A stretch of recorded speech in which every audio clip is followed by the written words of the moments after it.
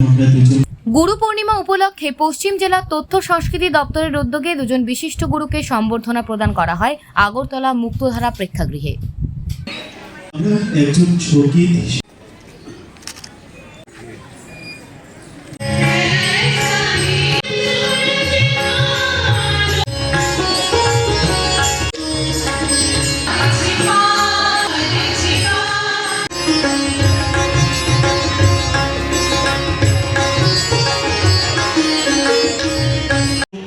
উপেন্দ্র শর্মা মহোদয়, আরেকজন নৃত্যগুরু আমাদের পরিমল দেব বর্মা মহোদয় সহ সবাইকে নিজের পক্ষ থেকে এবং তথ্য ও সংস্কৃতি দপ্তরের পশ্চিম জেলা থেকে হার্দিক অভিনন্দন এবং শুভেচ্ছা জানাচ্ছি।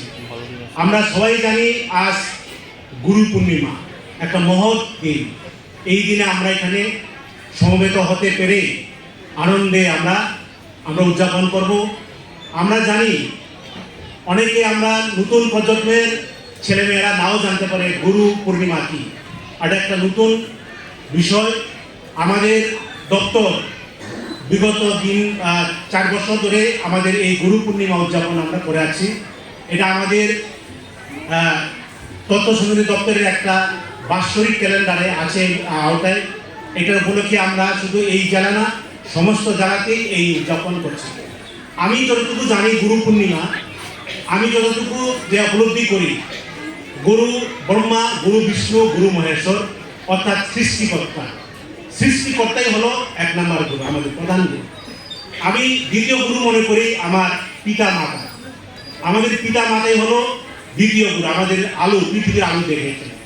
আর তৃতীয় গুরু হলো আমাদের যে জ্ঞানের আলো, জ্ঞানের ভান্ডার যারা দিয়েছেন। আজকে এখানে যারা বসে আছেন, যারা গুরুরা আমাদের মহারাজ থেকে আরম্ভ করে যারা বিভিন্নভাবে আমাদের জ্ঞানের আলো, জ্ঞানের ভান্ডার সৃষ্টি করেছেন, তারাই আমি মনে করি তৃতীয় গুরু। কাজেই আজ আমরা গুরু মানে আমরা যারা আমাদের জ্ঞান দিয়েছেন এবং যারা শ্রদ্ধাভাজন, যারা বয়োজ্যেষ্ঠ, তারা সবাই গুরু। আমাদের তাদের পথেও করেই আমরা আগামী দিনে পথ চলবো, তাদের আশীর্বাদে চলবো, আমরা সম্মান জ্ঞাপন করব। এটাই হলো গুরু এবং আমাদের ভারতবর্ষের পরম্পরা এবং ঐতিহ্য। আমি আর বেশ কিছু বলছি। গুরু অর্থাৎ যিনি অন্ধকার থেকে আলোর পথে নিয়ে যান। তাই গুরু হচ্ছেন আমাদের জীবনের প্রথম গুরু, হচ্ছেন আমাদের মা বাবা।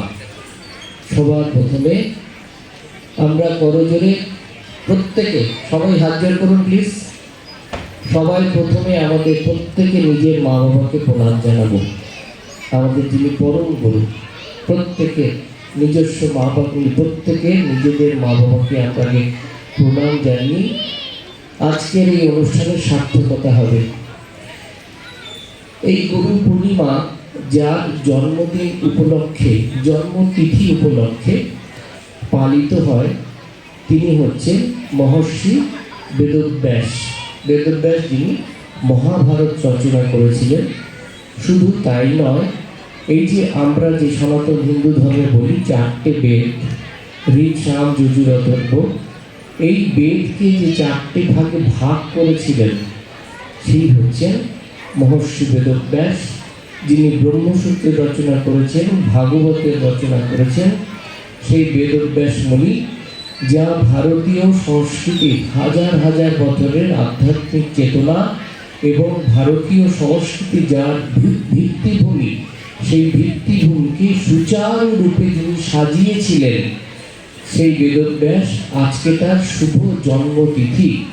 সেই জন্মতিথি উপলক্ষে তিনি হচ্ছেন গুরুর গুরু। আমরা তাকে এই কারণে শ্রদ্ধা করি, কারণ তিনি ছাড়া আমাদের যে জ্ঞানের যে দরজাটা, ভারতবর্ষ যে পৃথিবীকে জ্ঞানের আলো দেখিয়েছে, এই জ্ঞানের দরজাটাই থাকতো না যদি তিনি সম্পূর্ণ আমাদের এই আধ্যাত্মিক চেতনাকে বা আমাদের যে সমস্ত শিক্ষা পদ্ধতি, সমস্ত কিছুকে তিনি সাজিয়ে না দিতেন।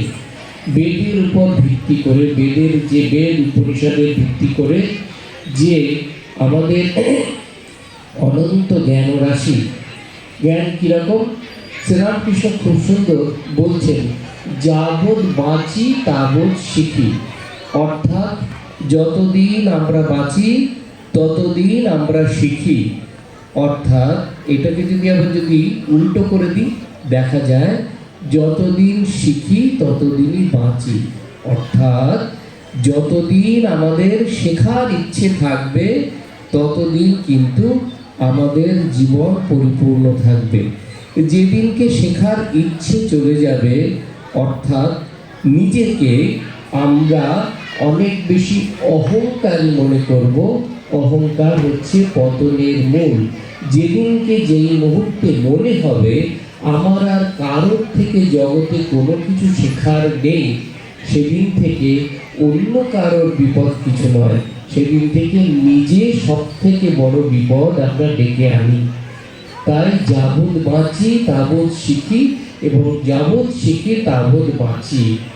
এই যে শেখাটা, কিন্তু শেখাটা কি করে হয়? যিনি শেখান, মা বাবা থেকে শুরু করে জগতে যার কাছে যতটুকু শিখেছি, যা পাচ্ছি, প্রত্যেকটা মুহূর্তে, প্রত্যেকটা পরিস্থিতিতে, পরিবেশে আমাদের শেখার সুযোগ হচ্ছে। যেমন একটু আগে রাস্তা দিয়ে আসছিলাম, তখন দেখলাম এই